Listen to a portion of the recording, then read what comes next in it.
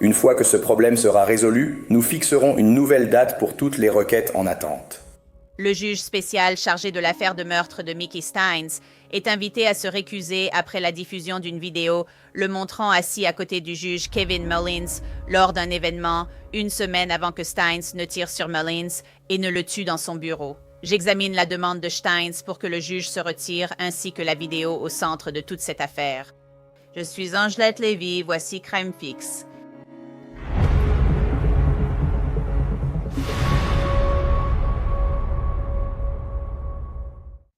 Quand Mickey Stein a tiré sur le juge Kevin Mullins et l'a tué dans son bureau en septembre 2024, cela a été absolument choquant. Les caméras de sécurité ont enregistré la fusillade et l'incident a laissé beaucoup de gens se poser des questions sur les raisons de ce geste. Un shérif qui avait juré de faire respecter la loi sortirait son arme de service et tirerait sur un homme pour qui il avait travaillé et qu'il considérait comme un ami. Depuis, l'avocat de Steins a indiqué que son client souffrait de problèmes de santé mentale et d'épuisement. Les images de la caméra après la fusillade ont révélé le comportement étrange de Steins. Allez les gars, vous regardez bien. Je ne pense à rien. 2 caméras corporelles filment. Mickey, tu as entendu? Tout est sur l'enregistreur numérique Amherst. Ce sera. Regarde, je te montre que ça tourne. Allez les gars. Non, regarde, on se connaît depuis longtemps. Regarde, ça enregistre, celui-là enregistre. Clayton a un enregistreur de secours en marche. Allez les gars. Ralentissez. Il est interdit de parler dans le couloir du tribunal. Il est hors de question qu'on ne parle pas. Je veux dire... Il y a des gens dans cette pièce, on ne peut pas faire ça. Alors, quel est le problème? Je vais en prendre un autre, j'en mettrai un sur Mickey pour ça. D'accord, mais je ne peux pas être dans le reste. Allez Mickey. Y a-t-il quelqu'un en qui tu as confiance à part nous, que tu préfères avoir avec nous maintenant? Steins était paranoïaque, il n'y avait aucun doute là-dessus. On discute un peu, Mickey? Tout à l'heure, tu as dit que tu allais parler. Écoute Mickey, si tu ne veux pas parler, c'est pas grave. Je ne vais pas te forcer, d'accord? On ne va pas te forcer. Si tu ne veux pas parler de ça, c'est ton droit. Tu n'es pas obligé. Oui, Rachel. Tu as raison. Tu sais...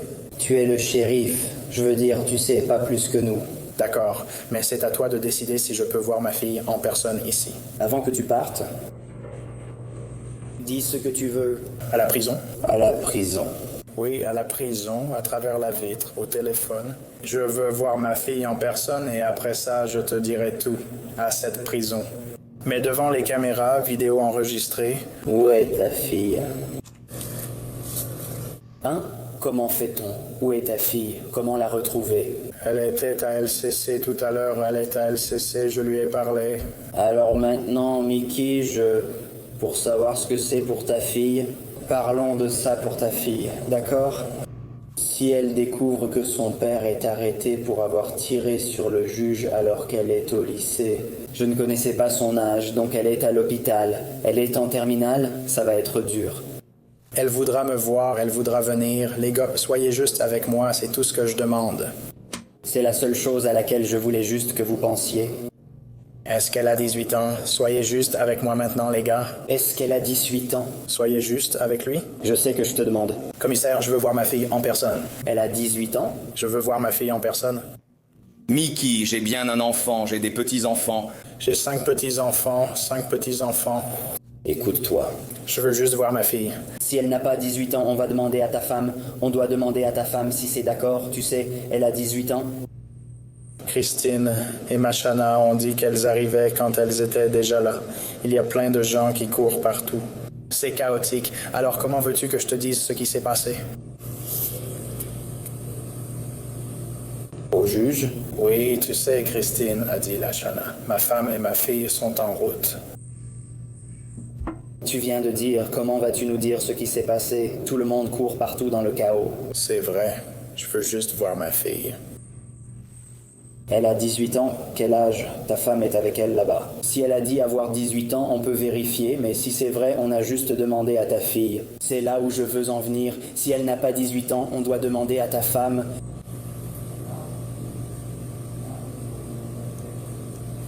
Tu crois qu'ils sont dehors? Machana et Christine ont dit qu'elles étaient en route. Laisse-moi leur parler aussi. Tu veux aller leur demander à ce sujet? Appuie sur ce bouton. C'est en train d'enregistrer. Les gars, allez. Mickey. On n'est pas injuste avec toi. Tu es là-dedans et tu bois de l'eau. Ouais, je vais être viré à cause de vous. Vous n'allez pas me tuer. Tu sais... La femme et l'enfant de Mickey sont-ils ici? Depuis lors, des documents judiciaires révèlent que Steins a été évalué après son arrestation. Et ces évaluations ont déterminé qu'il était en pleine psychose à la prison et qu'il avait reçu des médicaments avant ces évaluations. L'avocat de Steins, Jeremy Bartley, m'a indiqué en mars 2025 que l'état mental de son client pourrait être central lors du procès. Eh bien, en ce qui concerne le mécanisme spécifique ou le diagnostic à ce moment-là, je vais laisser ces questions de côté, mais je dirais ceci. Il n'y avait aucun doute pour quiconque était autour de Mickey dans les jours qui ont suivi la déposition, avant la déposition et certainement après la déposition. Et dans les jours précédents, ce que vous avez vu dans la vidéo, il n'avait pas dormi ou très rarement s'il avait dormi du tout. Pendant ces jours-là, son comportement était complètement différent. Les gens le décrivaient comme paranoïaque et n'agissant pas du tout comme à son habitude. Encore une fois, je ne veux pas entrer dans les détails. Vous savez, la loi exige qu'il y ait une maladie mentale ou un trouble ou un défaut. Je ne vais pas entrer là-dedans maintenant. J'attendrai d'en savoir plus de la part des experts, mais je vais simplement dire ceci. Il n'y a absolument aucun doute là-dessus. La combinaison de sa santé mentale, qui a été aggravée par la pression exercée sur lui à cause de cette déposition, a joué un rôle dans ce que nous avons vu. Et dans cette défense fondée sur la santé mentale, il y a vraiment deux aspects. Le premier, que j'ai évoqué dès le début, lors de l'audience préliminaire, nous pensons qu'il fixe la limite supérieure pour le Commonwealth. C'est bien un trouble émotionnel extrême, non? Parce que c'est une défense partielle et cela concerne le moment où il a agi. Est-ce que ses émotions sont devenues tellement enragées, troublées ou enflammées qu'il a agi presque, vous savez, essentiellement hors de contrôle? Je pense que c'est évident qu'il s'est passé quelque chose dans ces pièces et nous en parlerons davantage au fur et à mesure que l'affaire avancera. Mais il y a eu un moment où ces émotions... Au pire pour notre client, c'est une forte perturbation émotionnelle menant à l'homicide involontaire. Mais nous pensons qu'il y a plus et nous pensons que nous présenterons des preuves qu'il était incapable d'adapter sa conduite en fonction de certains problèmes de santé mentale apparus cette semaine-là. Maintenant, en toile de fond de tout cela, il y a le fait que Mickey Steins et le bureau du shérif étaient poursuivis par Sabrina Atkins, détenue à la prison, et l'une des adjointes du shérif de Steins. Ben Fields a eu des relations sexuelles avec Atkins dans le bureau de Mullins contre de l'aide pour obtenir un bracelet système de positionnement global afin qu'elle sorte sous caution. Fields a plaidé coupable à une accusation liée à cette allégation et Steins avait témoigné sous serment quelques jours avant la fusillade. Et il y a également eu des allégations selon lesquelles le juge Mullins, qui travaillait avec des femmes en difficulté à cause de leur dépendance par le biais des tribunaux, aurait profité de ces femmes en ayant lui-même des relations sexuelles avec elles. Ce ne sont que des allégations pour l'instant. Nous n'avons vu aucune des vidéos prétendument existantes. Christopher Corrine a été désigné juge spécial pour l'affaire du meurtre de Mickey Steins. Corrine est originaire de Bowling Green, Kentucky, à environ 4 heures à l'ouest du comté de Letcher. Le juge Corrin doit se prononcer sur des requêtes majeures dans l'affaire Mickey Steins, dont la libération sous caution et un éventuel changement de lieu. Le Commonwealth, soit l'accusation, demande un changement de lieu, ce qui est assez rare. D'habitude, ce sont les prévenus qui demandent un changement de lieu, mais pas dans ce cas. Des habitants du comté de Letcher, dont l'avocate du Commonwealth, ont signé des affidavits estimant que ni Mickey Steins ni le Commonwealth ne peuvent avoir un procès équitable dans ce comté. Le Commonwealth a déposé ces affidavits à l'appui de sa demande de changement de lieu. Maintenant, Mickey Steins doute que la juge Corrin soit légitime pour traiter cette affaire, et tout cela à cause de cette vidéo. Cette vidéo date du 12 septembre 2024, soit 7 jours avant la mort du juge Kevin Mullins. Le juge Kevin Mullins est assis à une table lors d'une réunion de la commission judiciaire du Kentucky sur la santé mentale. Bonjour à toutes et à tous et bienvenue à notre réunion trimestrielle de septembre de la commission judiciaire du Kentucky sur la santé mentale. Kevin Mullins est assis avec des collègues, puis un homme s'assoit à côté de lui. Mais qui est-ce? Le juge Christophe Coron, le même juge qui préside maintenant l'affaire de meurtre de Sean Mickey Steins. Kevin Mullins et le juge Christophe Coron sont assis côte à côte, séparés par un siège vide durant moins d'une heure. Ils ne se parlent pas à un moment donné. Le juge Mullins s'adresse au groupe. En tant que personne qui travaillait réellement sur un programme et qui rencontrait vraiment un problème, et voir ce problème résolu en quelques mois, c'était tout simplement formidable. De plus, j'ai pu beaucoup parler des lois femmes avec dignité 1 et 2 de la sénatrice Adams. Et dans toutes ces différentes lois, nous avons pu montrer comment ces mesures particulières ont pu influencer positivement et même sauver la vie de nos citoyens du Kentucky. Donc c'était une excellente opportunité. Suite à cette vidéo, l'avocat de Mickey Steins, Jeremy Bartley, a demandé au juge Coron de se récuser ou d'être disqualifié. Bartley cite la norme juridique pour la récusation, écrivant « Un juge doit se disqualifier dans toute procédure où son impartialité pourrait raisonnablement être mise en doute, y compris, mais sans s'y limiter, les cas où le juge a un parti pris ou un préjugé personnel concernant une partie ou une connaissance personnelle de faits de preuve contestés », poursuit-il. La loi prévoit, dans la partie pertinente, qu'un juge doit se récuser dans toute procédure où il a un parti pris ou un préjugé personnel concernant une partie, ou une connaissance personnelle de faits de preuve en litige. Concernant la procédure ou à exprimer une opinion sur le bien-fondé de la procédure, la loi exige également la récusation lorsqu'un juge a connaissance de toute autre circonstance dans laquelle son impartialité pourrait raisonnablement être mise en doute. De même, le Code de déontologie judiciaire du Kentucky prévoit qu'un juge doit se récuser dans toute procédure où son impartialité pourrait raisonnablement être mise en doute, y compris, mais sans s'y limiter, dans les circonstances suivantes. Le juge a un parti pris ou un préjugé personnel concernant une partie ou l'avocat d'une partie. Bartley estime que la présence de la juge Coron aux côtés de la juge Mullins lors de la réunion 7 jours avant le meurtre pourrait nuire à son impartialité, écrit-il. Si cette vidéo avait été prise même plusieurs mois auparavant, alors l'apparence ne serait pas aussi préoccupante. Cependant, cette vidéo donne au public l'impression qu'il existe un parti pris en faveur de ses collègues assis à côté de lui. Comme l'a souligné une récente ordonnance du tribunal, les vidéos créent une forte présomption qu'il est extrêmement difficile de réfuter. Bartley a écrit qu'il pense que ce juge a déjà pris certaines décisions qui pourraient avoir montré un manque d'impartialité, écrit Bartley. À titre d'exemple, au moment où la défense a découvert ce qui précède, une audience sur la caution a été fixée, cependant, malgré le consentement du prévenu. Le rapport psychiatrique de l'expert de l'État a été écarté comme preuve lors de l'audience de caution, alors que la sous-signée est empêchée par l'ordonnance précédente de discuter des conclusions du rapport ou de son contenu.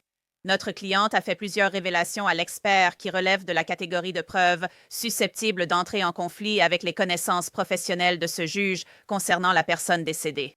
À ce stade, il n'existe aucun fondement juridique pour justifier le refus de lever la confidentialité du rapport du KCPC, bien que cette question doive être examinée plus en détail ultérieurement. Un observateur impartial jugerait qu'il y a un parti pris dans la vidéo, ce qui conduirait le juge à exclure ce rapport normalement recevable comme preuve. Bartley a écrit que, selon lui, les choses auraient été différentes si Coron avait révélé l'existence de cela, de la vidéo plus tôt. Très bien, pour discuter de cette requête visant à récuser la juge dans cette affaire, je voudrais inviter Mark Weaver.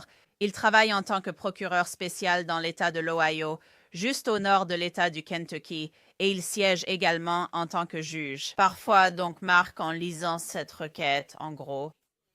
Jeremy Bartley, l'avocat de Mickey Steins, dit que le juge Coron n'a pas révélé cette interaction ou le fait d'avoir été assis à côté du juge Mullins 7 jours avant qu'il ne soit assassiné. Et il aurait dû le faire, donc il devrait se retirer de l'affaire. Qu'en penses-tu? Je reste sceptique concernant cette requête. Partons du principe que ce n'est pas le juge qui aurait normalement cette affaire, c'est un juge spécialement désigné. Normalement, quand on voit des requêtes de récusation, c'est parce que le juge habituellement assigné a un conflit d'intérêts parce qu'il habite à proximité ou qu'il connaît des personnes au tribunal. On suppose qu'un juge spécialement désigné ne doit pas avoir de conflit d'intérêts. Eh bien, quel est le fondement de ce conflit qu'ils invoquent? Il était à une réunion de juges, assis à côté du juge qui allait finalement être assassiné. On pourrait dire qu'il était assis à côté de l'accusé du meurtre, ce qui poserait problème, mais ce n'est pas le cas ici. Ici, il s'agit d'être assis à côté du juge qui va être assassiné. J'ai remarqué en regardant cette vidéo, et vos téléspectateurs ont pu le voir, qu'il y avait des pancartes ou des cartes nominatives autour du petit carré, à l'endroit où les juges étaient assis. J'ai assisté à beaucoup de ces conférences, surtout en tant que procureur, à de nombreuses reprises. Le personnel a disposé les places de chacun. Vous allez simplement à l'endroit de votre badge ou pancarte nominative, votre place. Peut-être étaient-ils ensemble car le personnel les a mis ensemble, mais le simple fait d'être à un événement professionnel avec le juge qui allait finalement être abattu me semble une raison très faible de suggérer qu'il devrait y avoir une disqualification. Et il y avait un siège entre eux, un siège vide entre eux. Il ne semble pas qu'ils se soient parlé. Alors, et Bowling Green et le comté de Letcher, j'ai fait la carte. Ils sont séparés de 4 heures, à peu près 4 heures de route l'un de l'autre. Donc oui, beaucoup de juges se connaissent, mais d'après la vidéo, je ne vois aucun signe qu'ils se connaissaient ou qu'ils étaient proches ou même qu'ils interagissaient vraiment entre eux d'une manière significative. Je vais vous donner un exemple qui pourrait aider les téléspectateurs. Du moins dans l'Ohio, le fait qu'un avocat fasse un don à la campagne d'un juge n'est pas suffisant pour disqualifier ce juge. C'est vu comme relevant du fonctionnement normal des affaires pour un candidat judiciaire. Donc, quand je vais à des conférences de procureurs, ce qui m'arrive parfois 2 fois par an, avec des procureurs venus de tout l'État, je serre souvent des mains. Comment ça va? Content de te revoir. Comment va la famille? Quoi de neuf? On parle de sport, on parle de la météo. Je ne suis jamais allé chez eux ni rencontré leur conjoint. C'est simplement une conversation amicale et professionnelle. Même ce genre de relation ne serait pas suffisant pour disqualifier quelqu'un. Jérémy Bartley Work, il l'écrit dans sa requête. Vous savez, le fait que ces 2 hommes aient siégé dans ce comité très important n'est pas suffisant pour tirer une conclusion objectivement raisonnable d'impartialité. Cependant, des preuves seront présentées qui contrastent avec ce qui a été montré dans la vidéo. Il est difficile de voir comment cette proximité avec Mullins dans le temps et l'espace n'amènerait pas un observateur raisonnable à supposer un parti pris d'incrédulité envers les déclarations négatives et leur rejet. Et il parle en gros du fait qu'il est assis à côté de lui lors de cette conférence, peut-être qu'il ne va pas le croire. Certaines des preuves présentées au procès, où il est question de la possible implication de Mullins dans le trafic de ces femmes ou du fait qu'il aurait profité de ces femmes, c'est en quelque sorte l'accusation qui a été formulée, vous savez, c'est ce dont on parle. Et que cela faisait en quelque sorte partie de ce qui a poussé Mickey Steins à tirer et tuer le juge Mullins, son ami de longue date et ancien patron. Il pensait que sa fille et sa femme avaient été enlevées et que cela faisait partie de l'histoire. Alors peut-être que ce juge, assis à côté du juge Coron, à côté du juge Mullins, se dit en lui-même « Tu sais, je n'y crois tout simplement pas. » Oui, tout cela est tellement spéculatif, tout est tellement tiré par les cheveux. Je n'ai jamais été avocat de la défense, mais je sais qu'ils ont un rôle à jouer. Certains amis étaient procureurs, maintenant ils sont avocats de la défense pénale. C'est très bien, c'est une profession tout à fait honorable, mais je comprends qu'ils doivent travailler avec les faits dont ils disposent. Les faits qu'ils voulaient, c'était une vidéo de ces deux-là bras dessus, bras dessous lors d'une réunion, en train de fumer des cigares, de rire et d'échanger des anecdotes. Ils n'ont pas cette vidéo, ils les ont juste assis à. Cela ressemble à une réunion très ennuyeuse, même si le sujet est important, c'est très professionnel. Et essayer de transformer ça en une sorte de relation conflictuelle me paraît vraiment tiré par les cheveux. Donc, en gros, cette juge, je pense, va chercher à obtenir l'avis de quelqu'un. C'est comme ça que ça fonctionnerait. Est-ce que ce juge, puisqu'il a ajourné les procédures précédentes, on en a parlé, irait chercher un avis juridique ou l'opinion de, je ne sais pas, un conseiller du juge? Qu'est-ce que tu penses qu'il ferait? Et ensuite, je veux dire, il devrait revenir et examiner cela. Ou, tu sais, la Cour suprême devrait examiner cela. Tu sais ce qui se passerait. La plupart des États prévoient 2 étapes pour la disqualification. La première consiste à demander au juge de se récuser et la Cour suprême des États-Unis dans une affaire venant de Virginie occidentale. Il y a environ 10 ans, elle a défini des critères pour que les juges sachent quand se récuser volontairement d'une affaire. Si le juge décide qu'il n'a pas besoin de se récuser, alors une partie peut en faire la demande. Je pense que c'est le juge en chef, du moins en Ohio. La personne qui a nommé ce juge doit reconsidérer cette nomination et récuser le juge qui ne voulait pas se récuser lui-même, donc c'est un processus en 2 étapes. En général, juge, je pense que vous êtes en conflit d'intérêts. Pourriez-vous vous retirer? Si le juge dit non, alors, président de la Cour suprême, pourriez-vous disqualifier et nommer un autre juge spécial? Je pense que c'est comme ça que ça va se passer ici.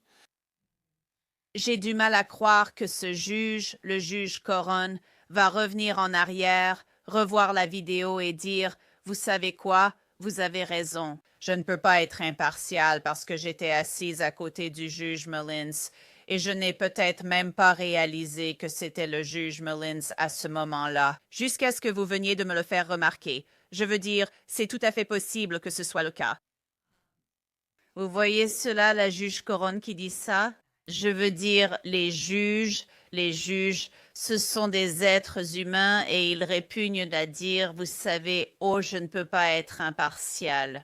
Je veux dire, on ne voit pas ça très souvent. Cela arrive généralement avant que l'affaire ne commence ou tout au début de l'affaire. C'est pour ça qu'ils s'en occupent, à la base. Toutes les personnes concernées par cette affaire sont nommées. Le procureur général s'en occupe, pas celui du Commonwealth du comté de Letcher, d'où l'intervention du bureau du procureur général. Oui, tu l'as dit dans ton introduction. J'ai été procureur spécial dans plus d'une douzaine de comtés de l'Ohio et ai reçu bien plus d'appels que ces seules affaires. Donc, dès le début, quand je reçois un appel, « Et Marc, pourrais-tu être procureur spécial dans tel ou tel comté concernant telle ou telle personne? » Si je connais ces personnes et que je sais ne pas pouvoir être objectif, je refuserai la nomination avant même qu'elle soit faite. Je dois croire que ce juge aurait agi pareil. Tu plaisantes, je suis si proche de lui. On dîne toujours ensemble et il me confie sa vie et ses secrets. Je ne peux pas être sur cette affaire. Eh bien, ça ne s'est pas passé comme ça. Le juge a accepté la nomination. Il n'était pas obligé. Le juge a accepté la nomination. Donc, je ne peux pas imaginer ça. Sur cette vidéo ici, vous êtes assis l'un à côté de l'autre à une conférence judiciaire très ennuyeuse. Vous devez partir. Je ne vois pas où cela peut mener. Je veux juste parler brièvement maintenant de la demande de changement de lieu déposée par le Commonwealth, ce qui n'est pas quelque chose que l'on voit souvent. Le Commonwealth a maintenant déposé un tas d'affidavits de personnes du comté de Letcher, y compris l'avocat du Commonwealth, Matt Butler, qui ne fait pas partie de l'affaire. Mais en gros, toutes ces personnes disent « Je ne crois pas que Mickey Steins ou le Commonwealth puissent avoir un procès équitable. » Dans le comté de Letcher, le Commonwealth essaie essentiellement de renforcer son dossier en disant « Regardez, nous avons ces déclarations sous serment de résidents du comté de Letcher, l'un d'eux étant l'avocat du Commonwealth. Je trouve cela très étrange puisqu'il s'est retiré de l'affaire. » Mais qu'en penses-tu? Le Commonwealth dépose ses affidavits pour appuyer sa requête. Permets-moi de répondre d'abord à cette dernière question. Si un procureur se retire d'une affaire, il ne devrait plus avoir aucun lien avec cette affaire par la suite. Donc, j'ai trouvé cela très étrange que le procureur, qui s'était retiré de l'affaire de manière appropriée, s'implique ensuite en déposant un affidavit. Donc, cela m'inquiète, au moins un peu. L'essentiel, c'est que j'ai lu ces affidavits, j'ai même pris du temps pour les lire. Je pensais avoir besoin de 15 minutes, mais chacun d'eux fait, je crois, 3 phrases. Ce sont ce qu'on appelle en droit des affidavits conclusifs, où ils n'apportent aucune preuve, ils disent juste « Faites-moi confiance, je sais quelque chose, et donc vous ne pouvez pas avoir un procès équitable ici. » Il n'y a eu aucune enquête, rien de ce genre, c'est juste. J'habite ici. Faites-moi confiance, je peux vous l'affirmer avec certitude. Ouais, je ne dis pas que c'est contraire à l'éthique, ce que je dis, c'est que c'est vraiment faible. Si tu avais dit j'ai parlé à 200 personnes le mois dernier lors de fêtes de Noël et 150 d'entre elles m'ont toutes dit. J'ai une opinion sur cette affaire et je ne pourrai pas m'en défaire. Ça, c'est au moins une preuve. C'est assez curieux que tu tiennes le compte des chiffres comme ça. Aussi, comme tu l'as mentionné, un sondage, ça a déjà été fait. Tu fais une enquête d'opinion publique et tu présentes les résultats au juge en disant « Nous devons déplacer cette affaire hors du comté ». Ce sondage scientifique dit que 2/3 des personnes affirment qu'elles ne pourraient jamais changer d'avis. C'est ce genre de choses. D'ailleurs, il n'est pas nécessaire que ce soit un sondage. La loi n'exige pas de sondage. Mais il faut quelque chose de plus que ce que j'appelle ou que la loi appelle des déclarations sous serment conclusives qui disent « Oui, faites-moi confiance, je sais, on ne peut pas avoir un procès équitable ici. » Oui, cela m'a paru louche. Merci, Mark Weaver, pour votre temps. Je vous suis reconnaissante. Merci. Aucune date n'a encore été fixée pour débattre de la récusation du juge Corum, qui n'a pas répondu à la requête. Lorsque cela arrivera, nous vous en informerons. Mickey Steins reste détenu sans caution au centre de détention du comté de Leslie. C'est tout pour cet épisode de Crime Fix. Je suis Angelette Lévy. Merci de m'avoir suivi. À la prochaine.